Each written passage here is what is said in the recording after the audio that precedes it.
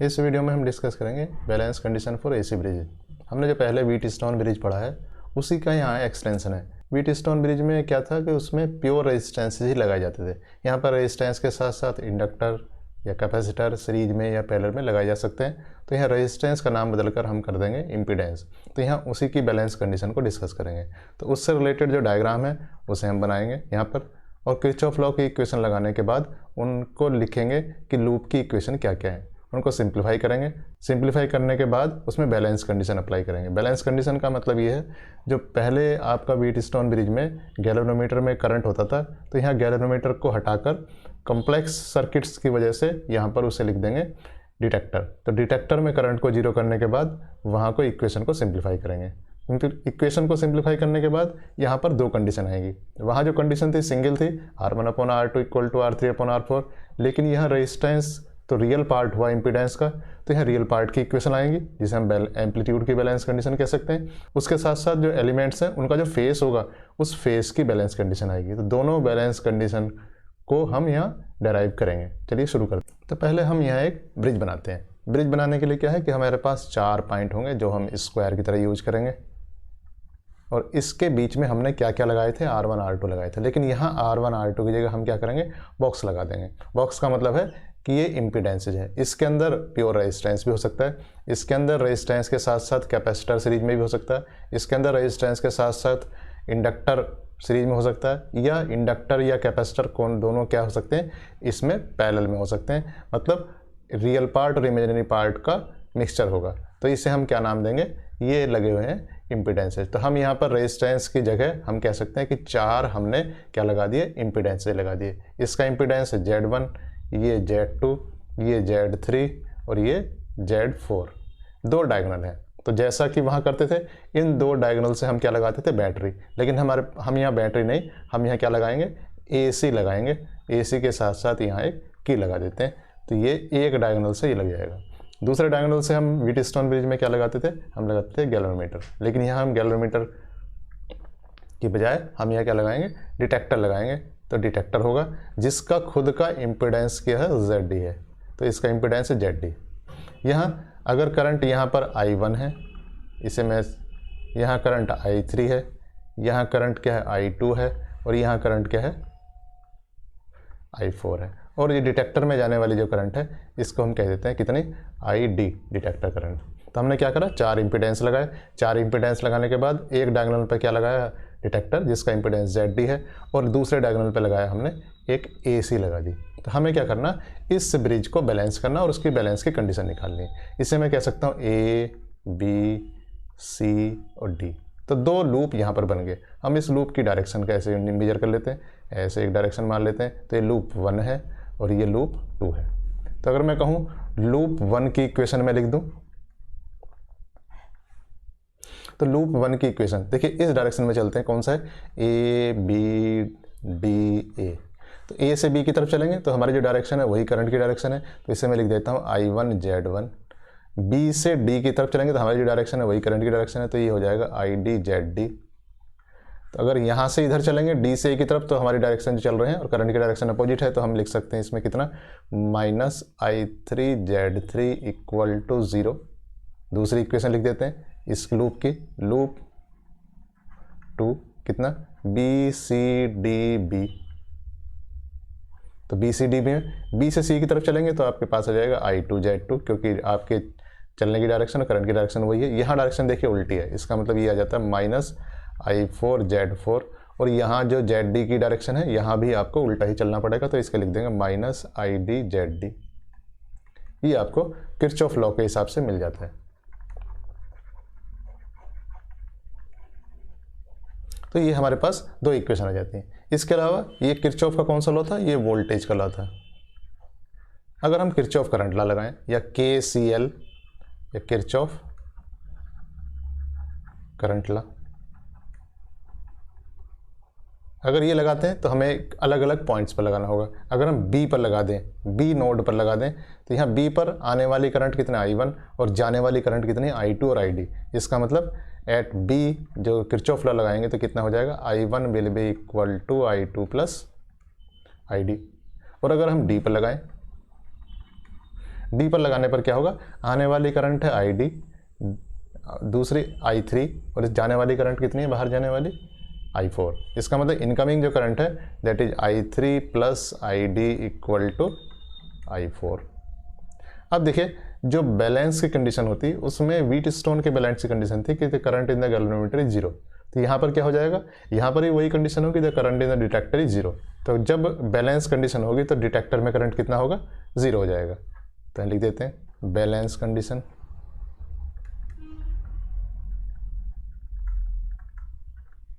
क्या है balance condition, current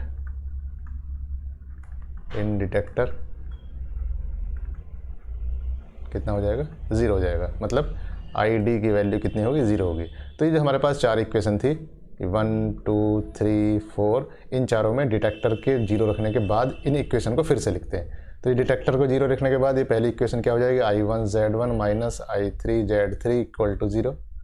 दूसरी इक्वेशन हो जाएगी I2Z2 minus I4Z4 equal to zero. ये बाद वाली दो इक्वेशन है करंट वाली, ये इक्वेशन हो जाएगी I1 इक्वल टू I2 और I3 इक्वल टू I4। इन इक्वेशन को सोल्व करते हैं, आगे देखते हैं। अब इन इक्वेशन को अगर सोल्व करेंगे तो देखिए ये पहली इक्वेशन को अगर मैं सोल्व करता हूँ इसको, तो ये हो जाता है I1Z1 equal to I3Z3। I3 को इधर ले जाता हूँ, Z1 को इधर ले जाता हूँ, तो ये हो जाता है I1 upon I3 equal to Z3 upon Z1। दूसरी इक्वेशन को सोल्व करता हूँ, तो दूसरी इक्वेशन को सोल्व करने के बाद आ जाएगा I2Z2 इक्वल टू I4Z4, या कह सकते हैं I2 upon I4 is equal to Z4 upon Z2। अब यहाँ जो दो इक्वेशंस हैं इन्हें भी सोल्व करते हैं, तो इनको अगर डिवाइड करेंगे तो कितना आ जाएगा, I1 upon I3 equal to I2 upon I4। But इनकी वैल्यूज हमारे पास पहले से ही है, तो इनकी वैल्यूज कितनी हो जाएगी, Z3 upon Z1 equal to Z4 upon Z2। ये इसे मल्टीप्लाई कर लें तो Z1 Z4 equal to Z2 Z3।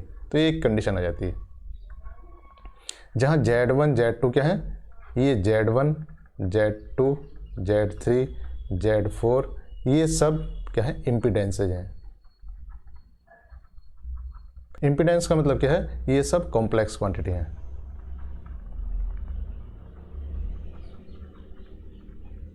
Complex quantity का मतलब क्या है, इनका रियल पार्ट है और एक इमेजिनरी पार्ट है।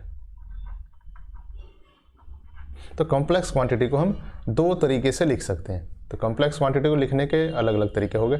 कॉम्प्लेक्स क्वांटिटी को लिखने का देखिए, कोई कॉम्प्लेक्स क्वांटिटी अगर है तो हम ऐसे लिख सकते हैं Z equal to A plus IB, real part imaginary part. या कॉम्प्लेक्स क्वांटिटी को हम ऐसे भी लिख सकते हैं R e raise to power I theta. और जहाँ R क्या होता है, R उसका मैग्नीट्यूड होता है और थीटा क्या है, थीटा है उसका फेस। तो यहाँ हम इस तरीके से नहीं लिखेंगे, यहाँ हम क्या करेंगे, ये पोलर फॉर्म में लिखेंगे। तो यहाँ पोलर फॉर्म में लिखते हैं इसे, किसको, Z1 Z2 Z3 Z4, ताकि उसका रियल पार्ट का भी बैलेंस कंडीशन आ जाए और उसका इमेजिनरी पार्ट किया जाए। तो यहाँ Z1 ये जो इक्वेशन है Z1 Z4 equal to Z2 Z3, इसमें हम क्या क्या सब्स्टिट्यूट करेंगे, Z1 Z2 Z3 Z4 को पोलर फॉर्म में रखेंगे। तो पोलर फॉर्म में लिख लेते हैं। तो मान लीजिए आपके पास जो इम्पीडेंस Z1 है उसका एम्पलीट्यूड कितना है, Z1 का मॉडुलस, और उसका फेस कितना मान लेते हैं, फेस मान लेते हैं θ1।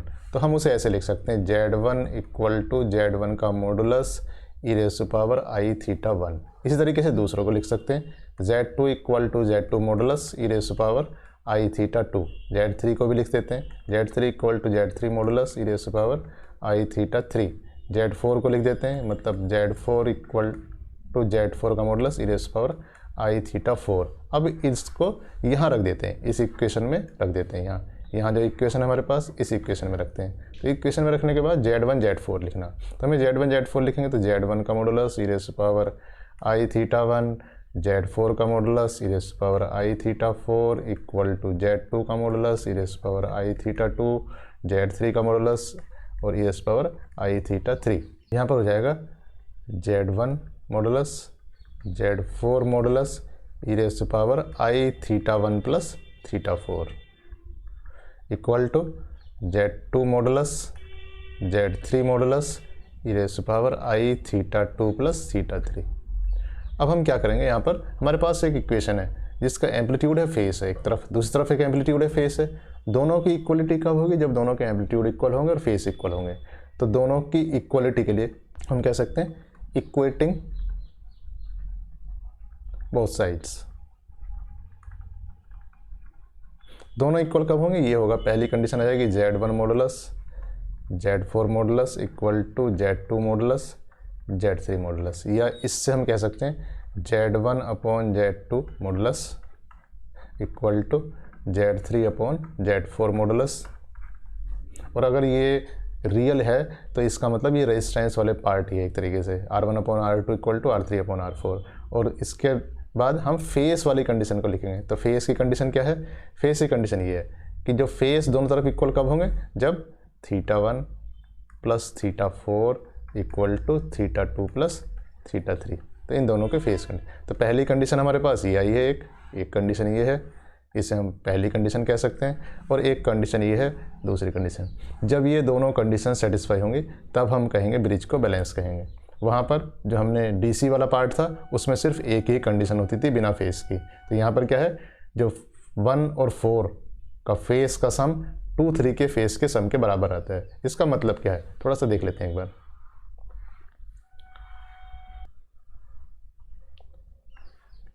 क्या कंडीशन थी, कंडीशन ये थी कि θ1 प्लस θ4 इक्वल टू θ2 प्लस θ3। मतलब इसका यहाँ फेस प्लस ये वाला फेस इक्वल टू होना चाहिए किसका, ये Z3 का फेस और Z4 के फेस का सम। मतलब जो हमारे पास कैपेसिटर होता है, देखिए जो कैपेसिटर है उसका जो इम्पीडेंस होता है 1/j⍵c, या उसे हम लिख सकते हैं -j/ωc। और जो इंडक्टर होता है उसका इम्पीडेंस होता है jωL। तो इसका मतलब क्या है, ये एक्चुअली A-IB है, ये नेगेटिव फेस है, ये एक्चुअली क्या है, पॉजिटिव फेस है। इसका मतलब क्या हुआ, अगर हमारे पास θ1 में हमने एक कैपेसिटर सीरीज में लगाया है तो θ4 में हम क्या लगाएंगे, कि इंडक्टर सीरीज में लगाएंगे। यहाँ पर देखिए, इसका मतलब ऐसे कर सकते हैं हम, θ1 में एक कैपेसिटर लगा दें, एक कैपेसिटर θ2 में लगा दें, θ1 में एक कैपेसिटर सीरीज में लगाएं, θ2 में कैपेसिटर सीरीज में लगाएं। तो अलग अलग तरीके से ऐसे कॉम्बिनेशन से ब्रिज बनेंगे। जब हम इसे पैरेलल में लगा देंगे तो ये जस्ट उल्टा हो जाएगा। इसका मतलब क्या है कि हमारे पास ये साइन बराबर होने चाहिए, यानी कि इधर हमने टोटल जो साइन है और इधर जो टोटल साइन है वो एक सही लेंगे तभी बात बनेगी। अगर हमने इधर पॉजिटिव दे दिया और इधर हमने क्या दिया, नेगेटिव दे दिया, तो ये तो कभी इक्वल हो ही नहीं सकते। इसका मतलब इस बात का ध्यान रखना पड़ेगा कि इंडक्टर कैपेसिटर कहाँ कैसे कैसे लगाने हैं, सीरीज या पैरेलल में। तो फेस वाली बैलेंस कंडीशन इस वजह से कि कौन से जो सर्किट एलिमेंट इंडक्टर कैपेसिटर कहाँ लगाने हैं, इस वजह से इंपॉर्टेंट है। Thank you.